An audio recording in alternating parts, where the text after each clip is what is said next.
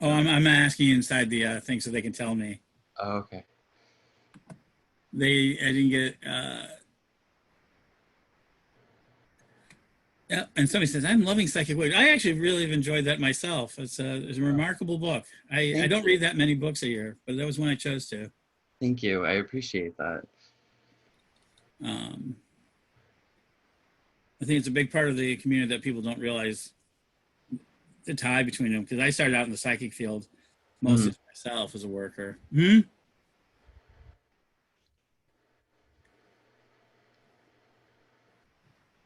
Okay. Well, 3:15. Whenever you want to start, I'm going to disappear myself. okay. It's all yours. Perfect. All right. Well, hello everyone. My name is Matt Auryn. So I was originally going to be attending Pagan Unity Festival in person, and I'm really excited for this opportunity, very appreciative. However, the plague struck, so um, this will be interesting because my talks and my workshops tend to be very interactive instead of talking to the void of a camera. So if you do have any questions or any comments, please feel free to type them in the chat. I'll be checking that to make sure we can touch on anything that you're curious about if I have an answer for that. So my name is Matt Warren. I am an initiate in several different traditions. I'm currently a high priest in the Sacred Fires tradition of witchcraft. I write for several different places, Patheos Pagan, Horns Magazine, Witches Almanac, Witches and Pagans magazine. I'm really easy to stalk online. You just got to Google my name. And I recently wrote a book, Psychic Witch, which is what our talk is going to be on today. So if you do not own a copy and you're interested in the topics of this class, it's available anywhere Llewellyn books are sold. So Amazon, local bookstores. It's also available in Kindle form as well as Audible form. Okay, so enough about me. So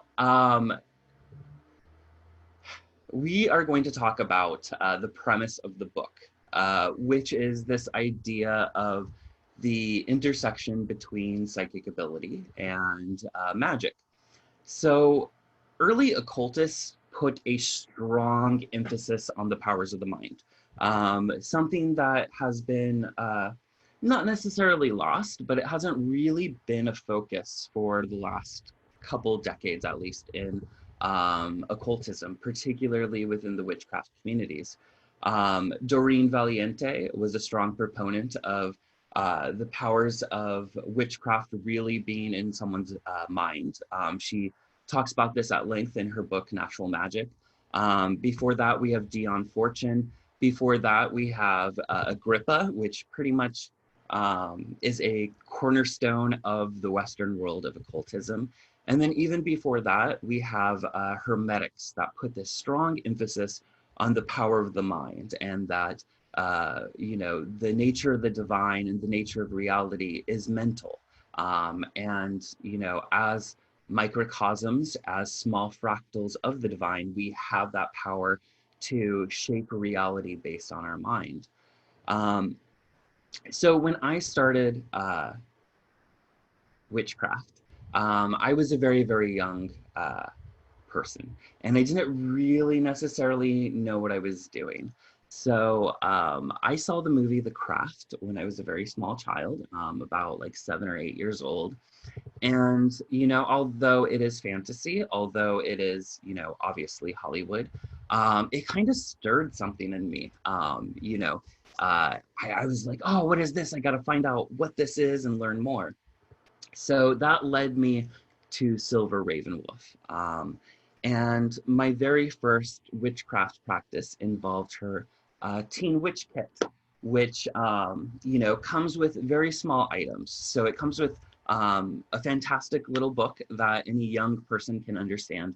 And it comes with very basic things. Like it comes with 2 coins, it comes with a little thing of salt, a little rope, a pentacle, pretty much no items.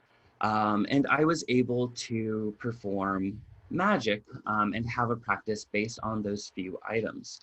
Um, as my practice got more serious, you know, I was reading all these books about all these tools we needed.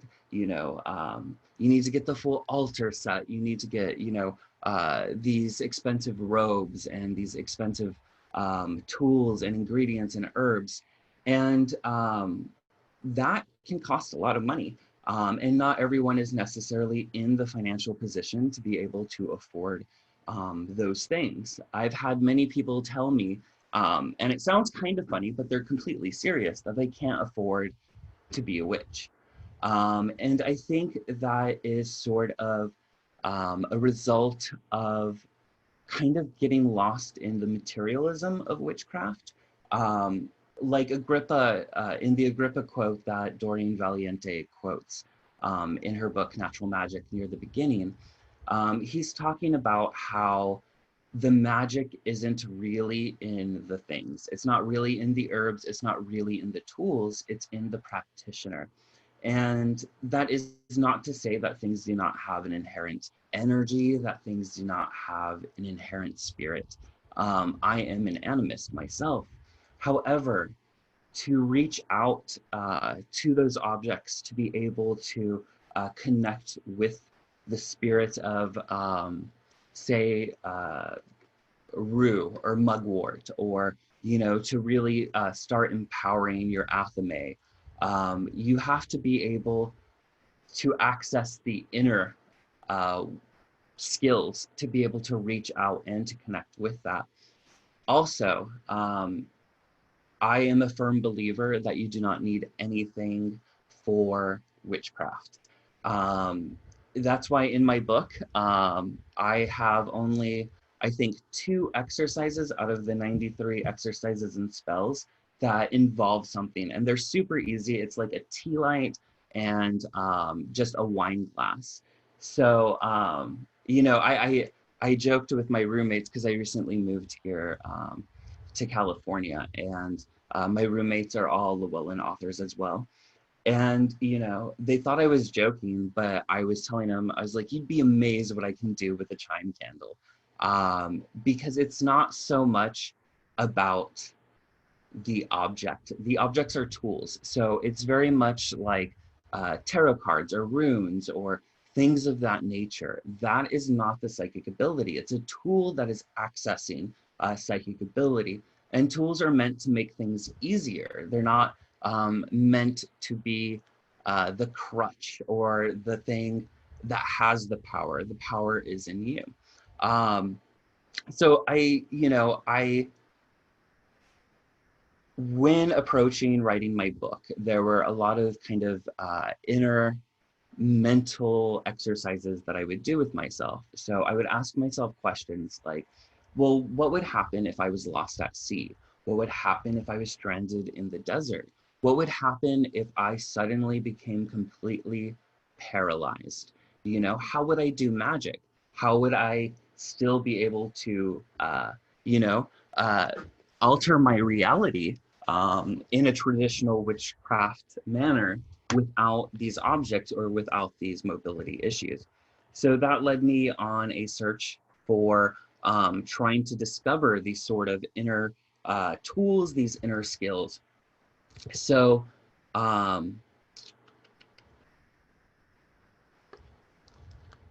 do not believe that there is a single person that cannot do magic.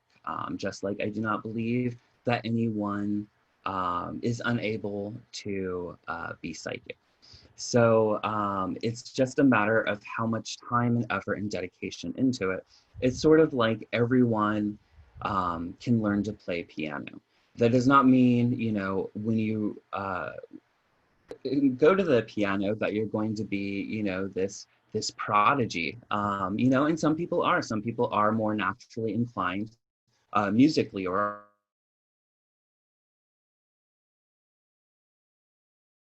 are more athletic. Knows to resign the magic. But that does not mean they're the only people that can do it. Internet connection is unstable. Am I good? Am I fine? Okay, I'm gonna just keep going then. So there is a lot of gatekeeping in both the psychic world and the magical world.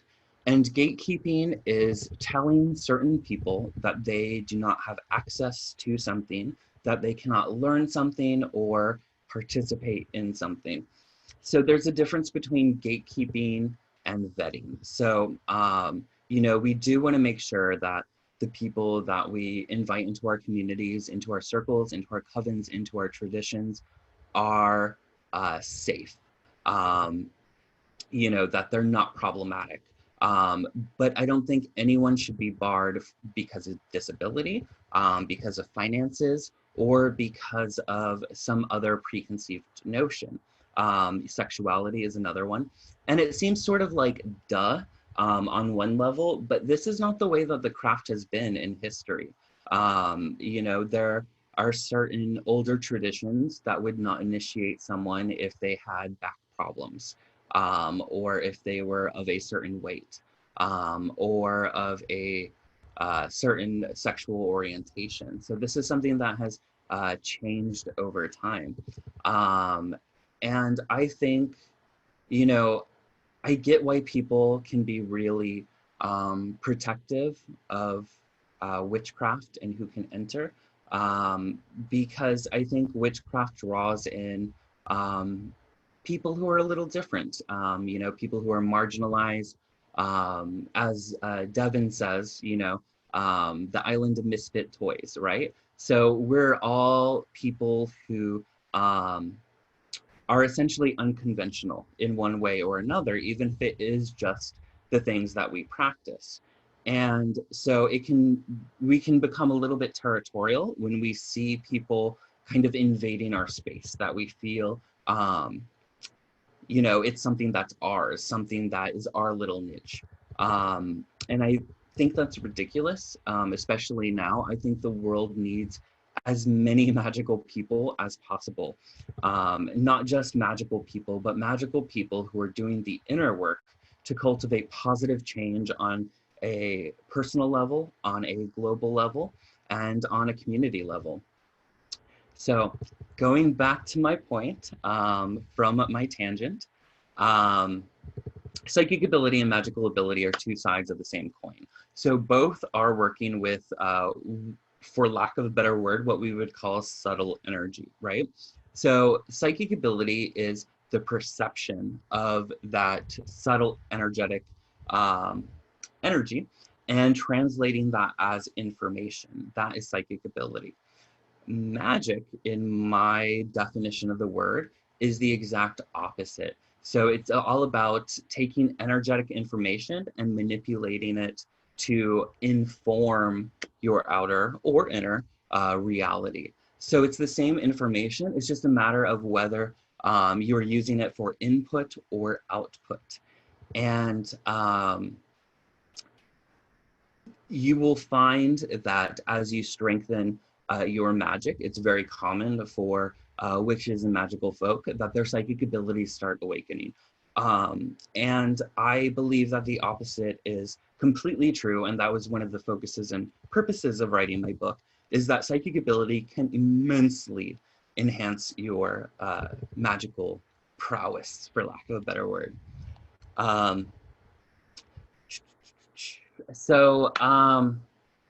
The reason I brought up my origin story, right? So not just, you know, the fact that I was a little kid with a teen witch kit trying to hide it from my guardians, you know, and having very limited things to work with. But I think it's also really important, especially, you know, for those of us who have been doing this for a while, those of us who decide to seek out formal traditions and elevate within those and within the training, to remember where we come from and what our roots are.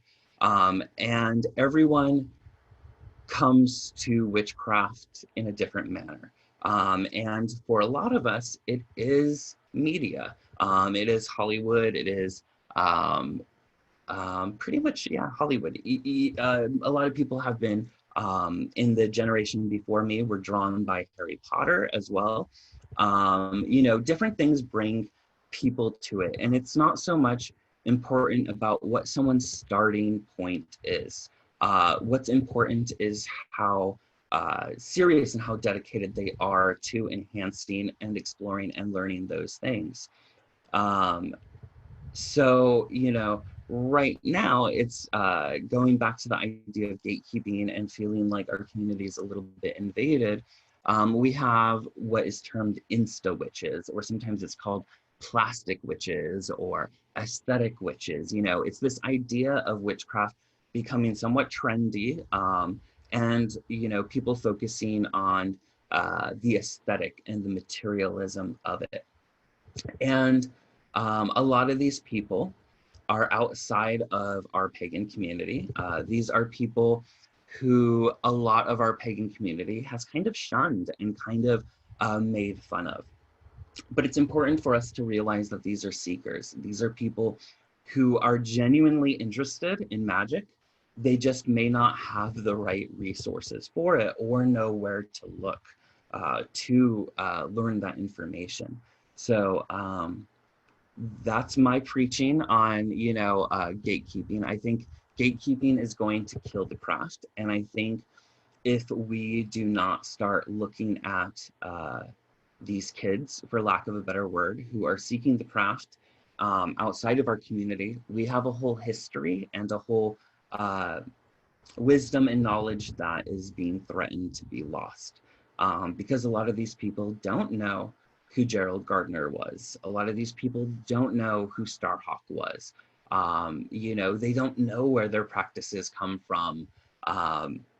And I think it's really important for us to be making sure that we are trying to be there for anyone who is interested in the craft, because they are seekers. We all start somewhere. We all have a history that may be kind of embarrassing in regards to how we may have started or what we may have done when we started our path. So this goes into the next topic, which is one of those little like slurs that we, you know, people that we deem as not being serious or dedicated to the craft, is this idea of role-playing witches.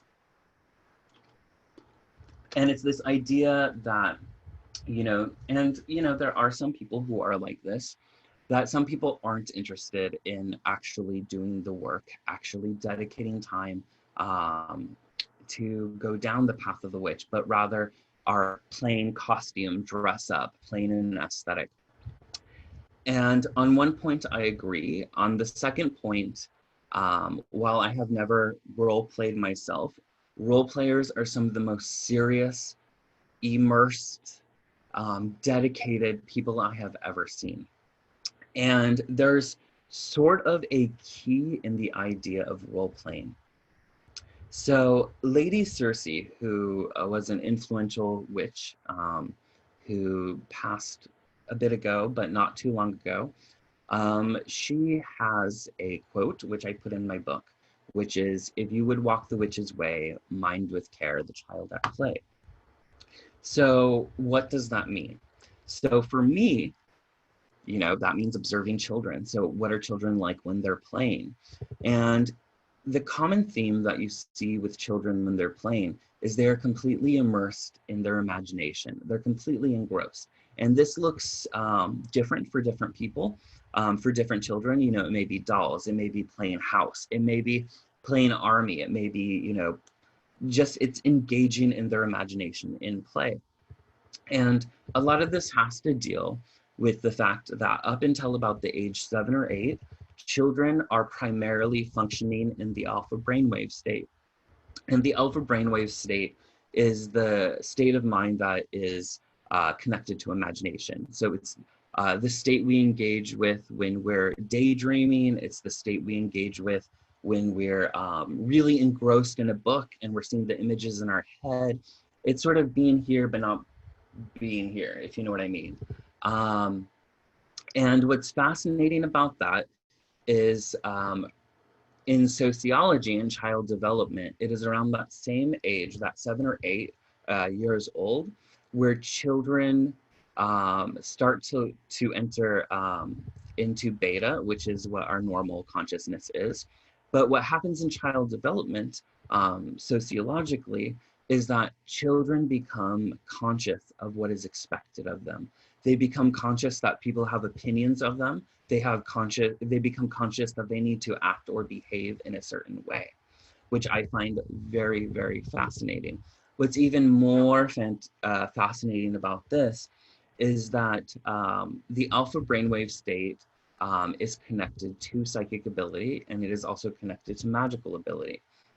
So there's been research done where they, put all kinds of different magical and psychic people under, I forgot the word, it's a big word, but those brain scan things where they're looking at the brainwave states. So they took, psychics, they took indigenous shamans, they took Christian faith healers, just a plethora of people who claims to have some sort of ability, even if it's the power of prayer, right?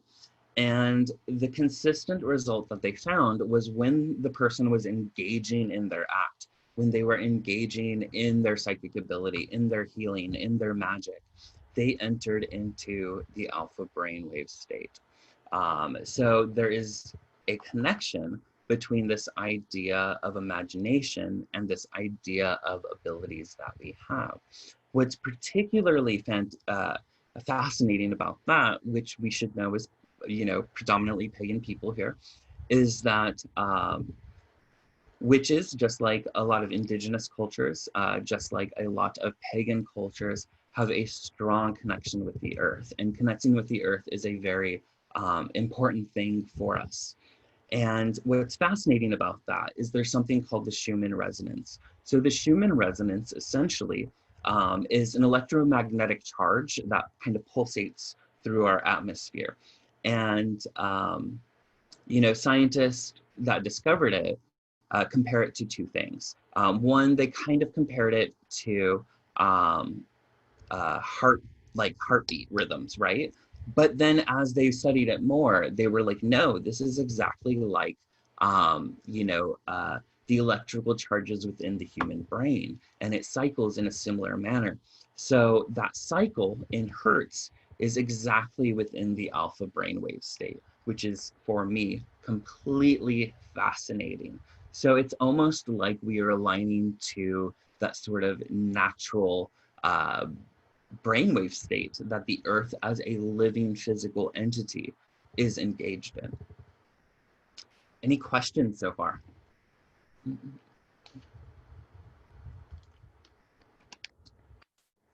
Perfect. So when it comes to imagination, one of the things that I tend to start my psychic development classes, as well as my witchcraft students with, is I have them pair up and I have them pretend that they are the most powerful psychic. And I rework this in my book so you can do it by yourself, but initially it's paired with someone else.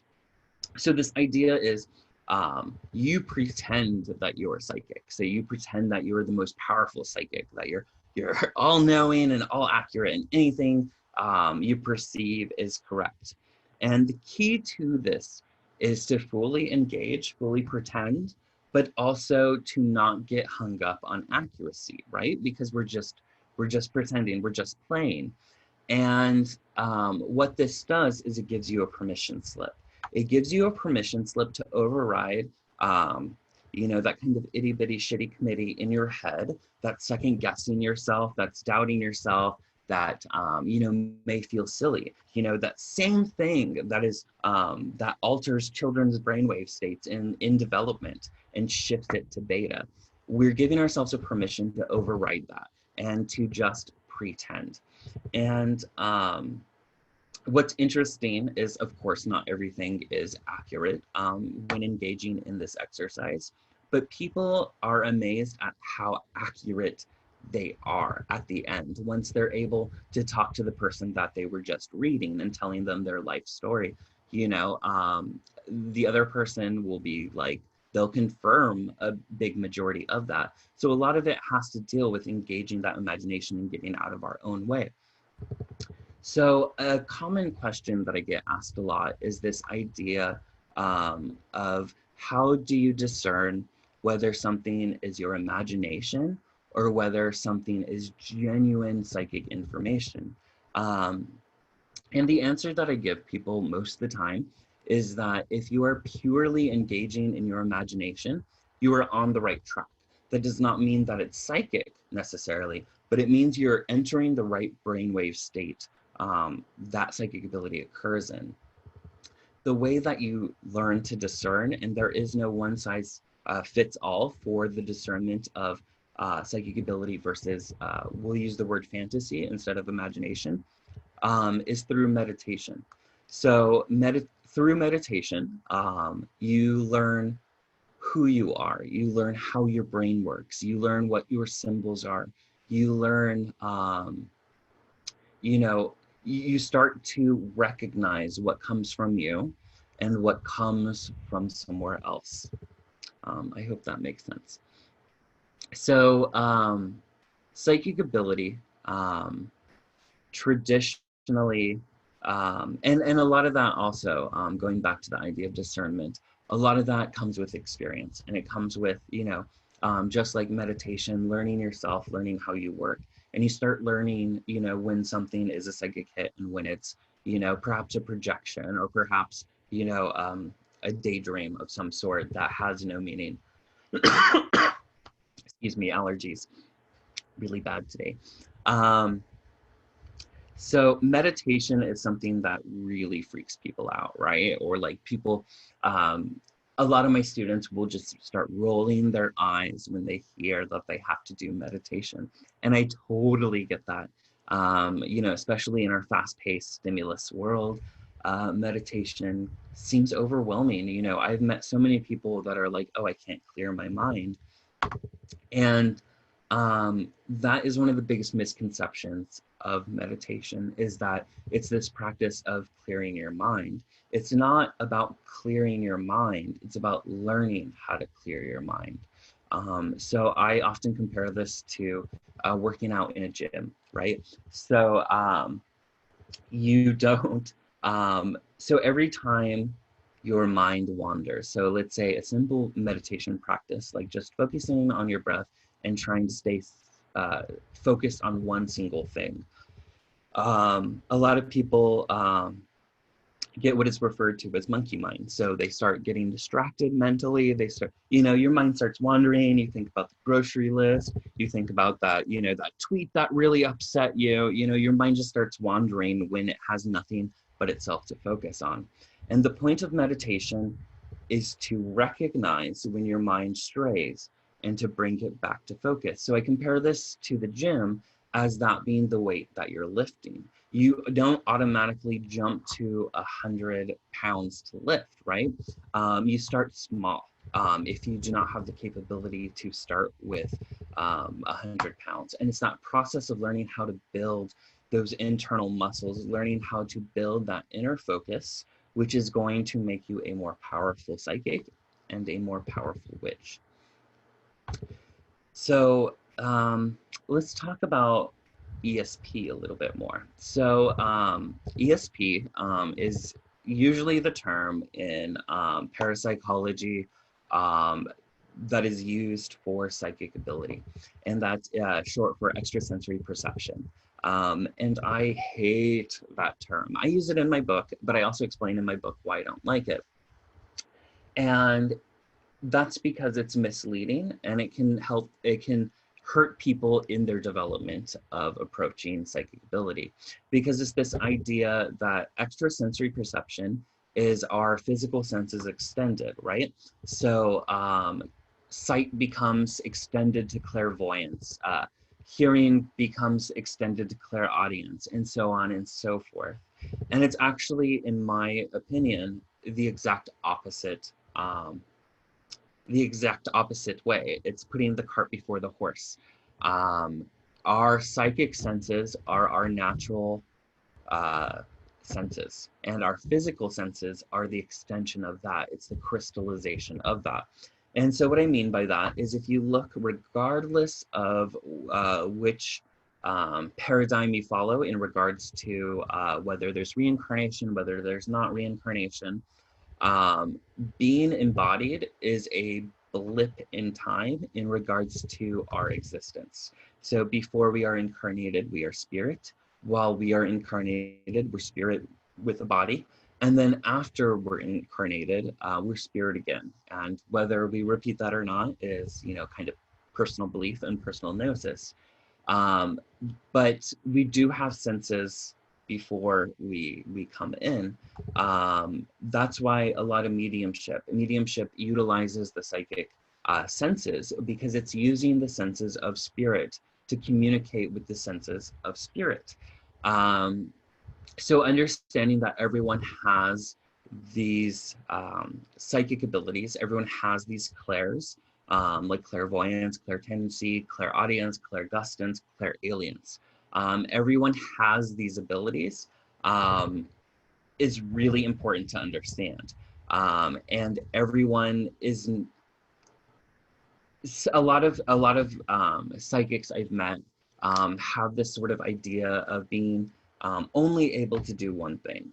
So you'll meet people that are like, oh, I'm only clairvoyant, or like, oh, I'm only clairtangent, I can only feel energy, or I'm an empath, which I see as a subset of clairtangency, but it's like I can only feel something, and that isn't true.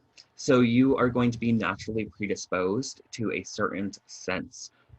It's sort of like how classical teachers in, say, like an elementary school or a high school, they understand that students are all wired differently to be different types of learners, right? So you're going to have one that's an auditory learner. You're going to have one that's kinesthetic, more hands-on, so on and so forth. So people are predisposed to certain senses as their primary sense, as their strength. But that does not mean that they do not have the other ones. It just means that they're oriented towards one. It is possible, and I try to show this in my book, to develop each of those clairs. And clairs too, there's a lot of confusion with that in regards to how things are perceived. So I believe that all the psychic senses are both internal and external. So what I mean by that is clairvoyance, for example, just because it's the most popular one. Clairvoyance has two different forms. So it has internal, which is the seeing images in your mind's eye, right? But then there's also the external. It's seeing auras, it's seeing spirits, it's seeing energy. Another big misconception, the biggest one I get after that, if not more, is clairaudience. There are a lot of teachers of the psychic arts that teach you, if you hear an external voice, that is not psychic ability, that is a non-neurotypical condition that you need to seek help for. I completely disagree. Based on my experience, based on the experience of a lot of psychics and mediums that I have met. When I started working on my external clairaudience, because it's not something that I'm naturally strong at, I was actually kind of scared that you actually hear things like in your ear, as if like someone's talking to you, or you hear something in the distance. All of these things are just a matter of how much effort you put into it. So going back to clairvoyance, so I am naturally predispositioned to be clairvoyant, but externally. So I naturally am strong in seeing auras, in seeing spirits, in seeing things of that nature. I actually had to put a lot of time and energy and effort into that internal clairvoyance, into that ability to focus my mind and see those images clearly in my mind's eye. And this goes back to the idea of it being a gift, which I don't believe.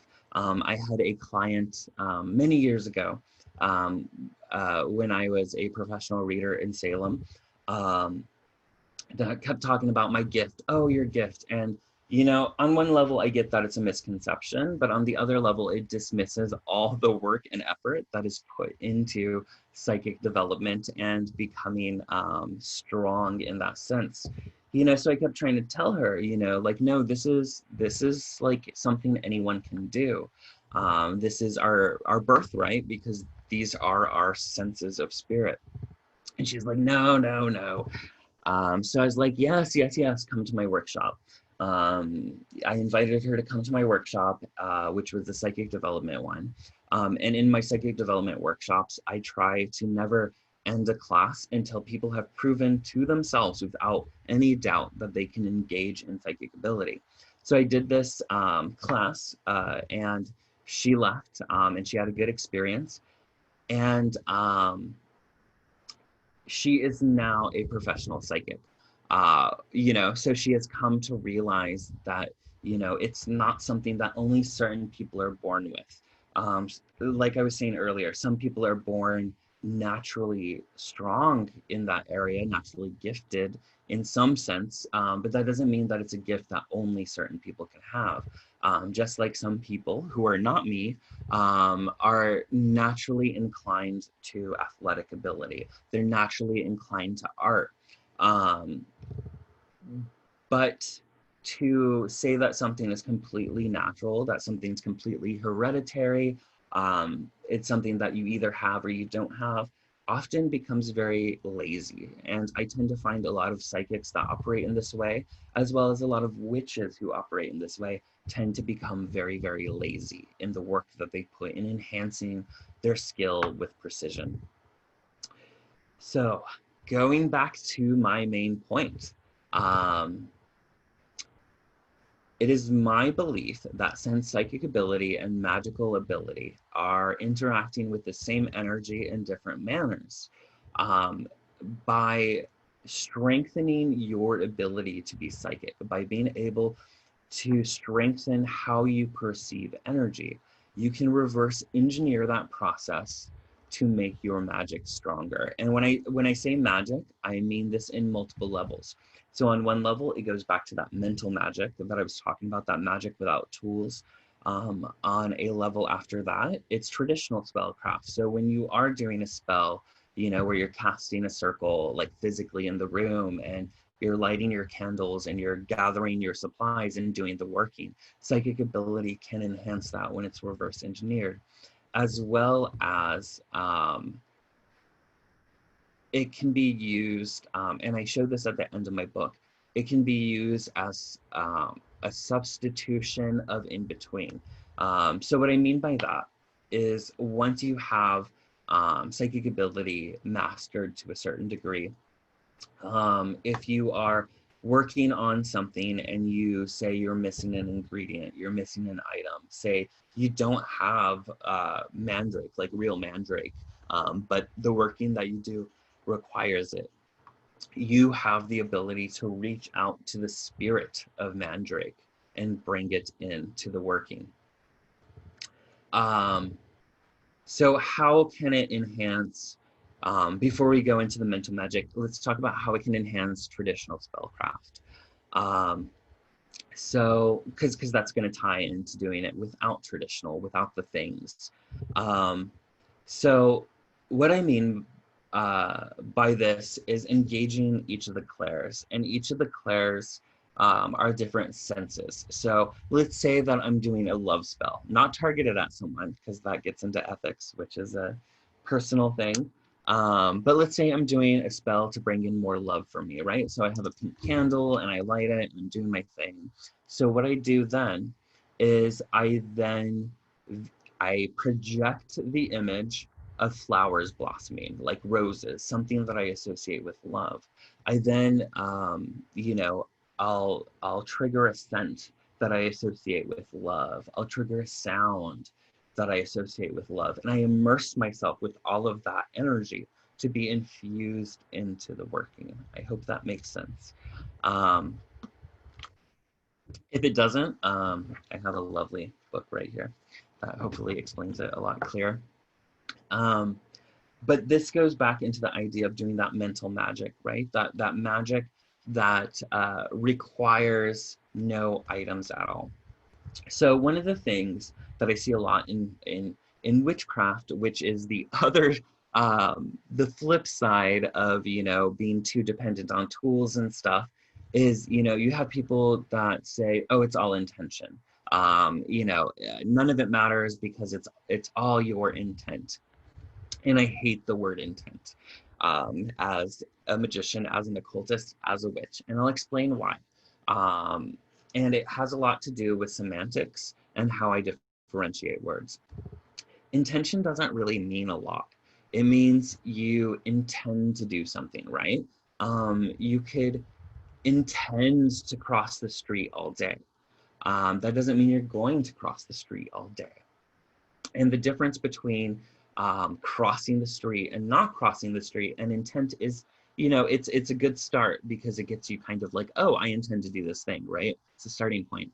But what gets you across the street is something that occultists refer to as will. It is a will that gets you across the street. And will is what differentiates, in my opinion, the difference between brain scramble. What differentiates prayer from a traditional religion with magic from traditional witchcraft is a will.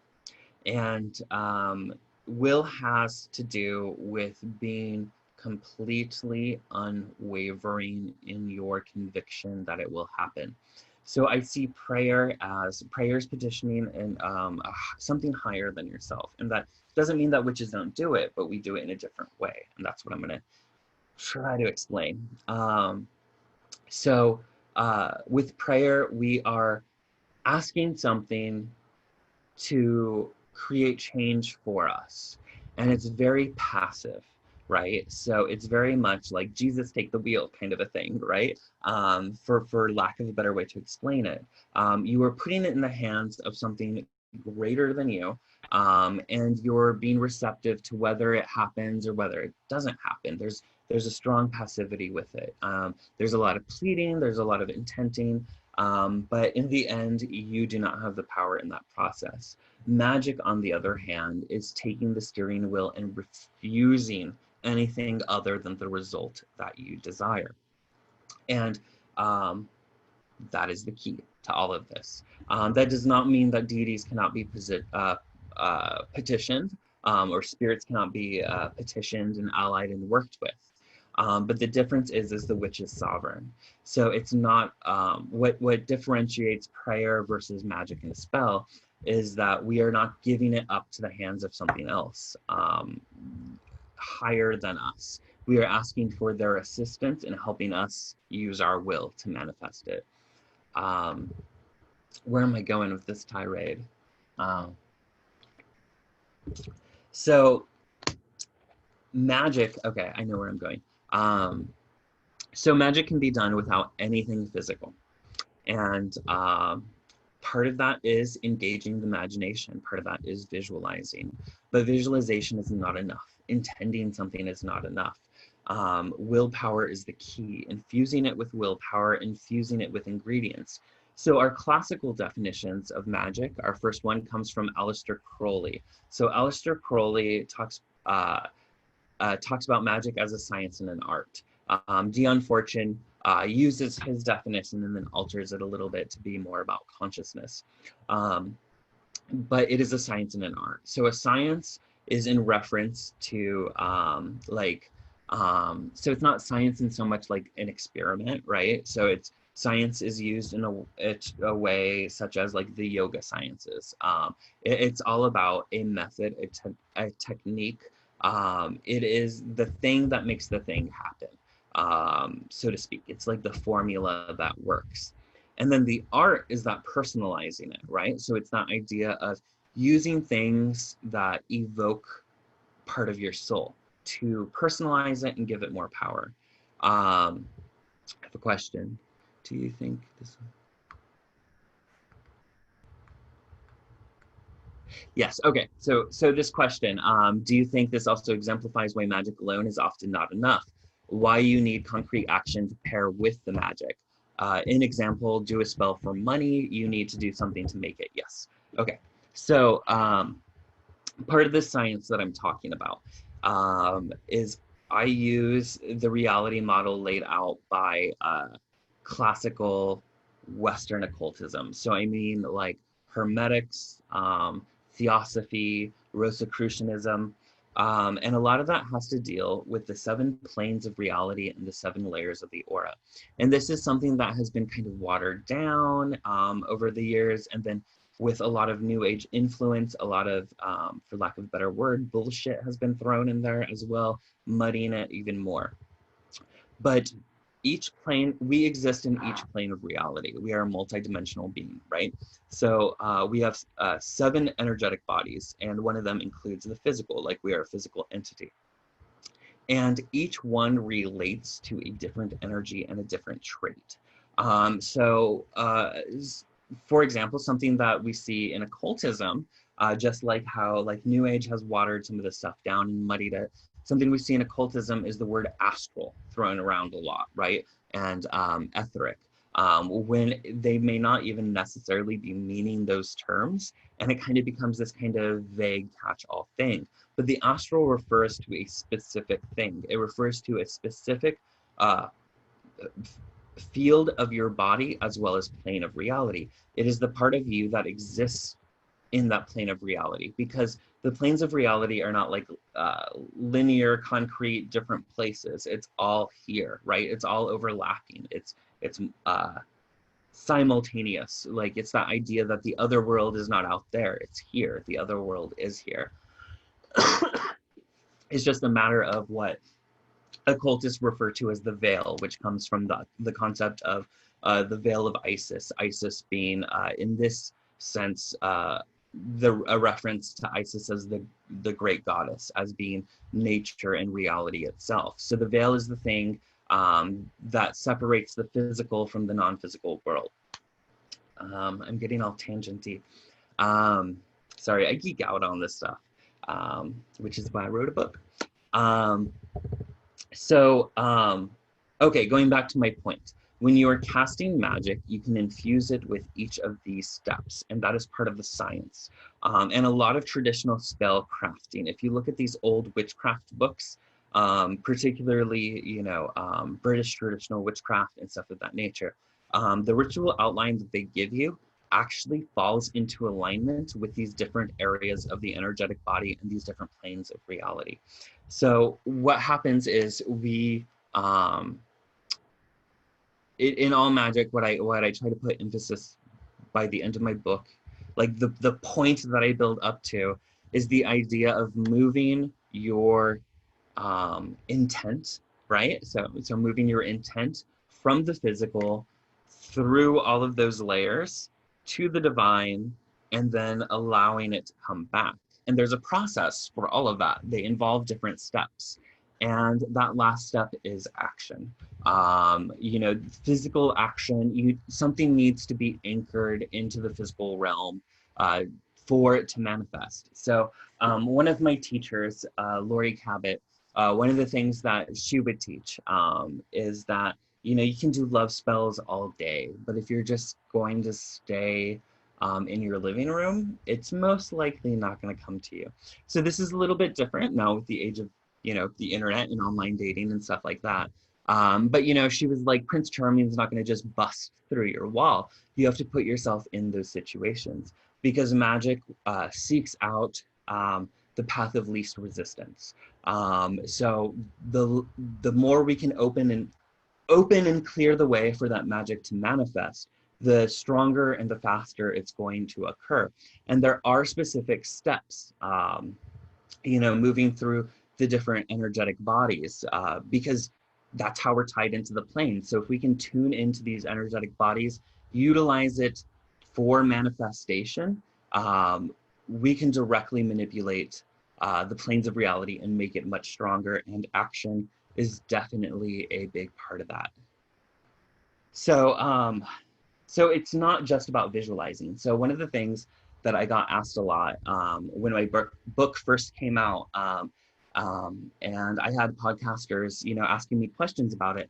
One of the things that they brought up is they're like, oh, what's weird about your book versus a lot of witchcraft books and books on psychic ability is you don't teach protection until you know, later on in the book. Whereas a lot of witchcraft books and a lot of psychic ability books start right off the bat with protection, right? You know, you got to have your white light shields, you got to do the Lesser Banishing Ritual of the Pentagram. Well, probably not a beginner's book.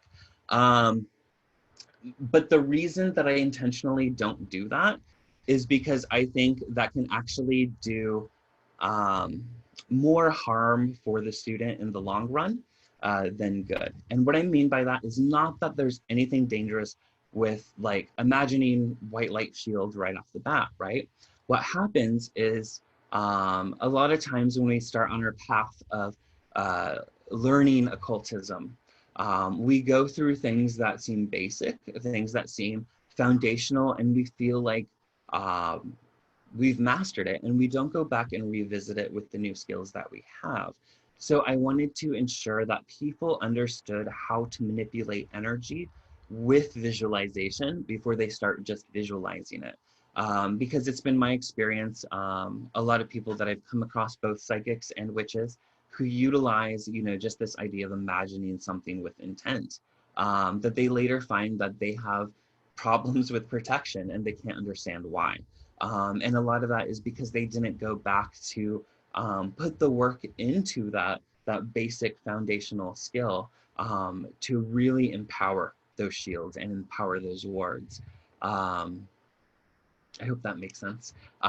So it just, you know, just because something is basic does not mean that it's not powerful. It's foundational for a reason. We build on the foundation. If we plow through the foundation, or if we don't have a strong understanding of what these foundational skills are, which are paralleled in both psychic ability and energetic manipulation, we run the potential of harming ourselves in the long run. In the occult community, the term that I hear for that is magical impact. And I've experienced magical impact.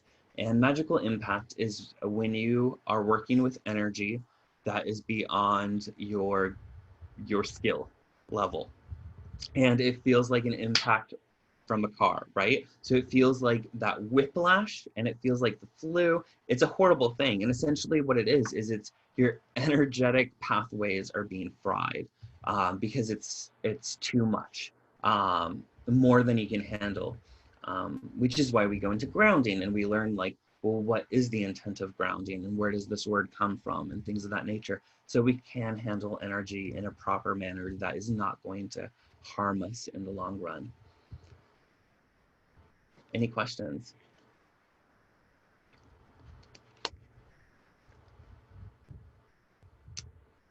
Okay. If you have any questions, just feel free to chime in. So the other thing I talk about is the three souls. So a lot of my mental magic is based on utilizing the three souls. So the three souls is a concept in a lot of witchcraft traditions, as well as a lot of esoteric traditions and non-Christian religions, which is interesting because early Christianity actually did have three souls in how they explained the soul.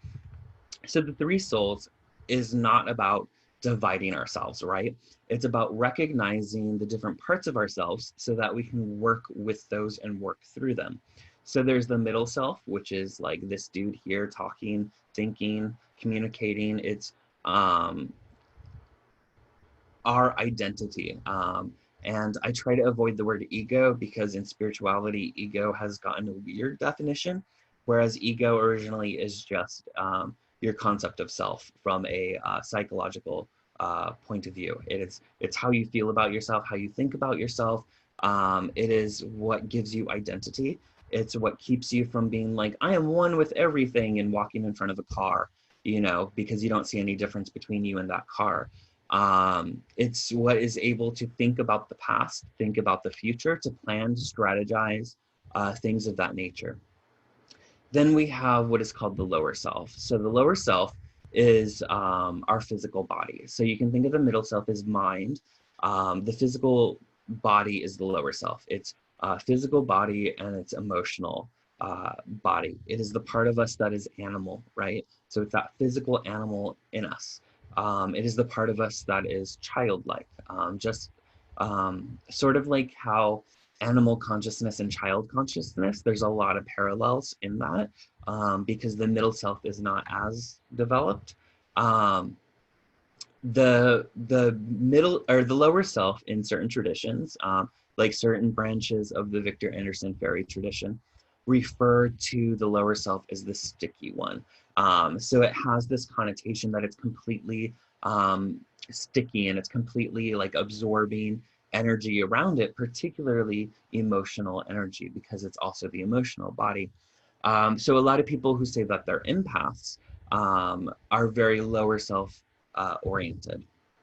So the higher self is this part of us that would probably be closer to what people mean when they mean soul. So the higher self is the part of us that is divine. It is the part of us that has never left spirit. It's the part of us that is guiding us. It's the part of us that occult traditions like Thelema and the Golden Dawn refer to as the holy guardian angel, because it's often perceived as something that is not us, because it feels so foreign and so different than how our middle self and lower self perceives reality.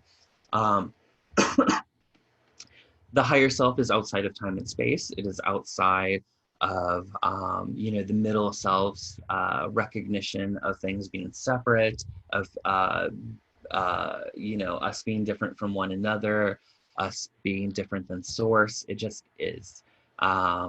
Whereas the lower self kind of is unconscious of all those things, just kind of like a child that has no concept of time other than now. And animals are very, very similar in that manner.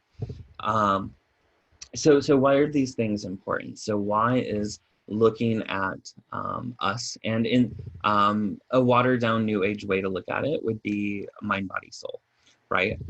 So when we're referring to the three souls, we're referring to mind, body, and soul. The reason we use soul, or sometimes people use self, is because we are putting emphasis on the idea that these things are holy and that they are more than what they appear to be. So each one perceives reality different. It relays energetic information differently, and it manipulates energy in a different manner. So I liken it to having three perspectives. So it's sort of like if your middle soul was reading glasses, right? The lower self would be a microscope. The higher self would be a telescope.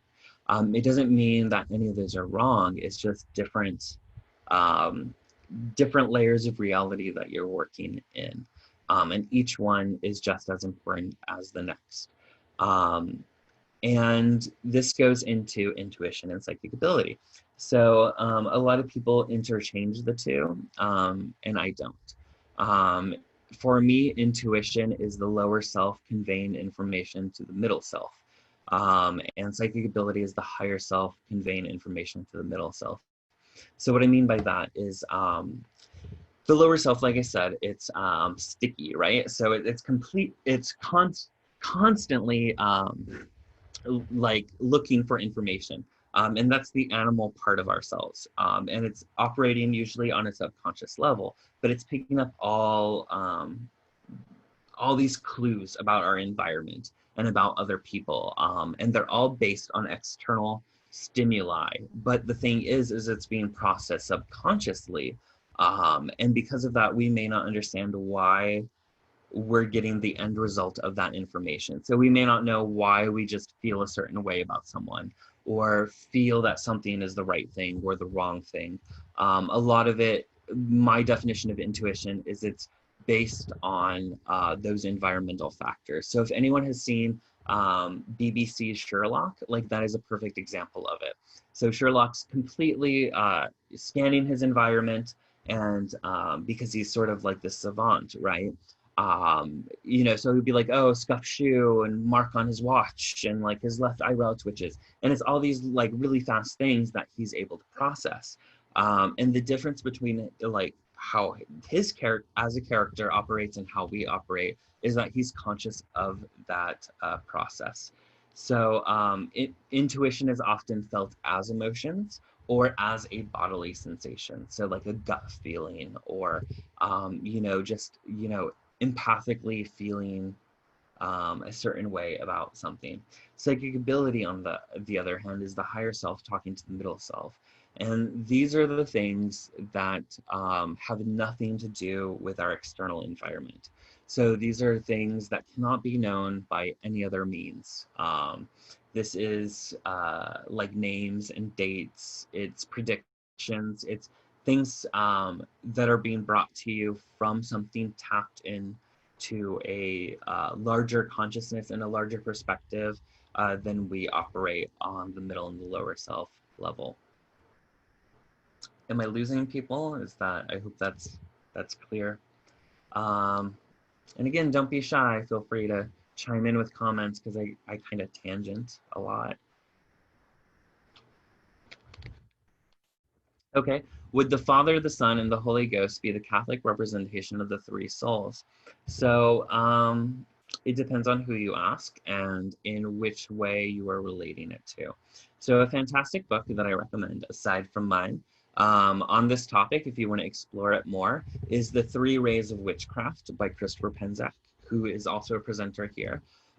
He discusses the idea of three in that. So he discusses different world ideas and tradition ideas related to the three soul model, as well as the three planes of reality, which I also talk about: upper world, underworld, middle world, and three as a divine trinity.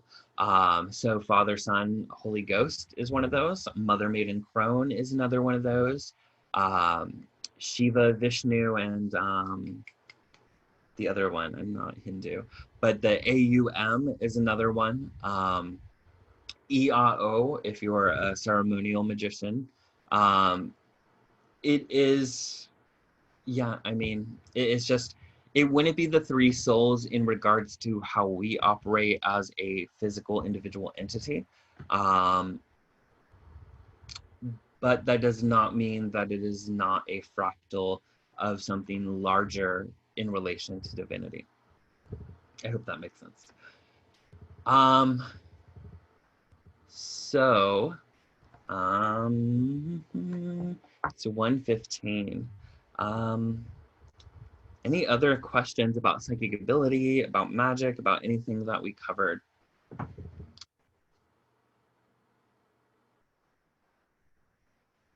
So one of the things that I teach too in this book is that pure mental magic, right? That ability to completely perform magic on the spot without any tools, without any sort of even physical movement if you need to. So the book is, someone asked what the book title is. It's Psychic Witch, A Metaphysical Guide to Meditation, Magic, and Manifestation. It's available in paperback and anywhere that sells Llewellyn books, and that includes major retail chains as well as online vendors like Amazon, Barnes & Nobles, as well as please support your local occult shop, occult bookstore. They're particularly being hit hard now. I sell it on my website. If you want to get a signed copy, just go to mattauryn.com with 1 T. Everyone spells it with 2 T's because that's how you normally spell Matt, but I'm Matt, not Matt-ta-ta. And it's also available in Kindle form as well as Audible. And the great thing about that is with Kindle and Audible, it has whisper sync, so you can go back and forth. And they did an amazing job with the Audible version. Because I actually hate most witchcraft Audible books because they butcher the pronunciation and, the voice acting is weird. It's weird. It's someone's idea of what a witch sounds like. And my voice actor is an occultist. So like I was blessed in that manner. So going back to this idea of, can you speak on doing magic on the astral to affect reality? Okay. Question was, can I speak on doing magic on the astral to affect reality? Yes. So if you are talking about doing magic in astral projection, that would be a topic beyond my book and a topic that I'm hoping to write a book on. I have 2 other books contracted right now, so I got to get those out of the way before I decide what I'm going to write on next. But the astral level of reality is connected to willpower. So it's connected to the sense of using one's will. And you see that a lot with astral projection.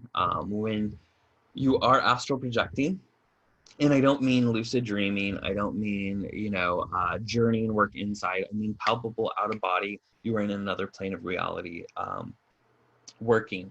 You will discover that a lot of it is willpower based. For me, for example, when I first started astral projecting, I couldn't navigate. I could not literally move. I felt like a baby trying to figure out how to crawl and move through the thing. The astral is also connected to planetary energy, and that is where its namesake comes from. It would be that energy of invoking Jupiter, or working that planetary hour. I hope that makes sense. But it's the idea that the astral, the stars, the astral, the planets are imposing their will upon us, their influence on us. So the astral is all connected to this idea of willpower. What are the next 2 books about? It's a secret still. I will say, because I can't shut up about this, and I'll get to a point where I can't shut up about the 3rd book. The 2nd book has a foreword by Silver Ravenwolf, which I am stoked about, because as I said, she was a gateway for me, and it's the first that she's ever written for someone, so that's super exciting. Book 2, the one that I'm talking about that Silver's doing the foreword to, is complementary to Psychic Witch. It's sort of the other half that I did not fit into this book, because with books through publishers, you get word counts, and so I had to make sure that I was focusing on this and explaining everything in a clear manner before we jump into the next thing. So astral projection, how to do it, is not covered in my book, even though that is actually the very first workshop I ever taught. And if you're someone that lives on the East Coast, there's a good chance that you've gone to one of my astral projection workshops. I do explain the theory behind it and the idea of how astral projection works, how we create an astral double. So in metaphysics, they call it the astral double. In old witchcraft, we would call it the fetch. Which is that like animal form, right? So it's not quite a familiar, but it's sort of a familiar. It's sort of like this vehicle that you use to go beyond your body and get information. And that ties into the idea of sleep paralysis and, that common ancient idea of, seeing that shadowy figure or that night hag that rides you, or an alien or a devil, or it just depends. And a lot of that is because the astral being between the emotional layer of reality and the mental layer of reality indicates that it directly impacts it. So a lot of times when people have a sleep paralysis, they wake up and the whole idea is that they can't move, right? So they're awake, but they can't move, because when we fall asleep, our body goes into a paralysis unless we have a condition that makes us sleepwalk to keep us from enacting our dreams and hurting ourselves and others. So the body wakes up, it regains consciousness while in this state. And when this occurs, this is the beginning of an astral projection. So the astral double is formed, but because the experience can be so jarring for someone, that emotional energy goes and it shifts that astral double to be something we're afraid of, because we're fueling it with that energy. And that's where that willpower comes to dominate that fear and move into the astral. But that's why for some people it's a hag, sometimes it's an alien, sometimes it's a demon. It's just the manifestation of fear. Any other questions? So good, I was gonna ask about version. Yeah, I I don't like YouTube as a resource. So it says it's being asked of me privately for some reason, but someone messaged the guided YouTube don't work for Astral. Um, I I I don't like YouTube. I don't. That's part of why I'm trying to get people to go back to books, people to go back to people who are occult trained, that know what they're talking about, that are metaphysically skilled, well researched, instead of just kind of, you know, repeating things that they heard, and teaching things that they may either be unqualified to teach or unable to teach in a manner that is tailored to the individual student and their needs. Um, Also called spirit walking. So yeah, it can be called spirit walking, dream walking. It can be called a lot of different things. It just kind of depends on the tradition.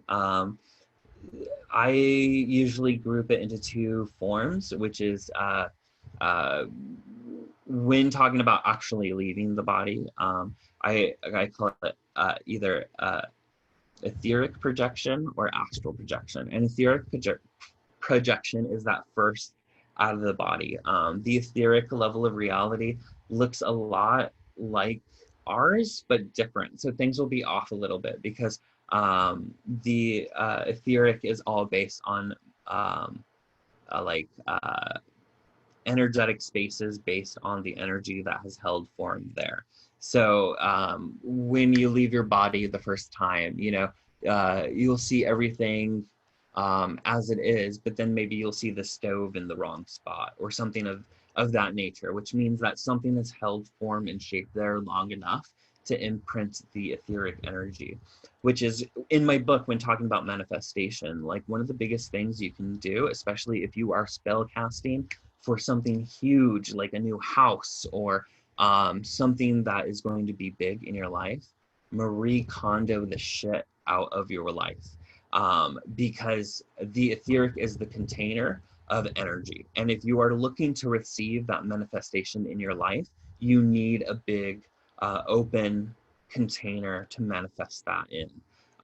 So when I am looking to manifest something of a very uh, big nature, I usually actually start getting rid of stuff that is taking up room, physical room, because it's filling up the etheric. And I want that wide open so I can draw as much of that energy for manifestation as possible. I hope that wasn't too tangential. Um, any other questions? We're getting kind of near the end here.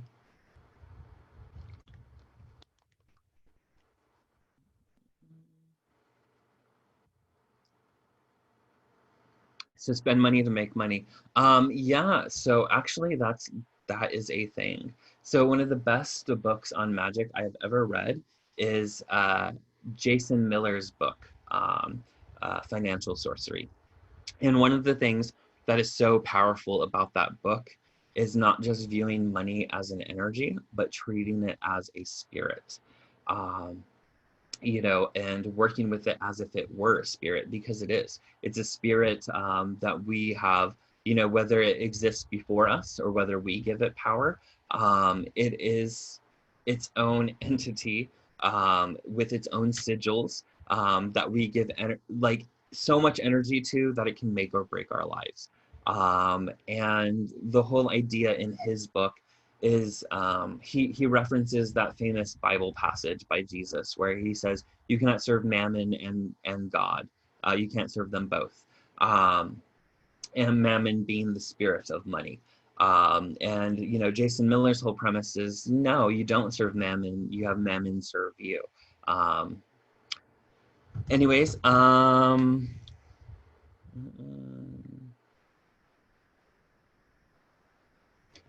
servitors is way too big of a topic to dive into fully right now. Servitors it's just too big of a topic. I've taught workshops on that as well, and perhaps we'll get that in a book. Can I explain multidimensional magic? Okay, so it's completely laid out in my book, but let me use let me find the diagrams to help give you a quick visual. Nope, okay. And the other one should be about here. Okay. So can you see that? So that is the aura with all its different like fields of reality, right? So these are all the different multidimensional aspects of ourselves. And then here is the different planes of reality. So in this chapter, I discuss what each of the steps are for accessing it, whether it's purely mental or whether you are doing a traditional ritual and spell. I try to show how it correlates. So the idea of like, you know, what part of the energetic reality are you accessing when you cast a circle? You know, what part of the energetic reality are you calling on when you're using elemental energy? You know, calling in the elemental guardians. What part are you working with when you're raising the cone of power? So it goes into like all of that traditional stuff. But yeah, I mean, we do not nearly have enough time to fully cover that. But yeah, any other quick questions or comments before we end this?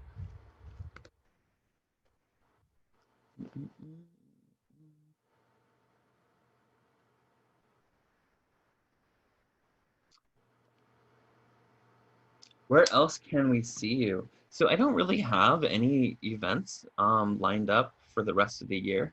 I had a whole tour lined up across the US to promote my book, and Pagan Unity Festival was one of them.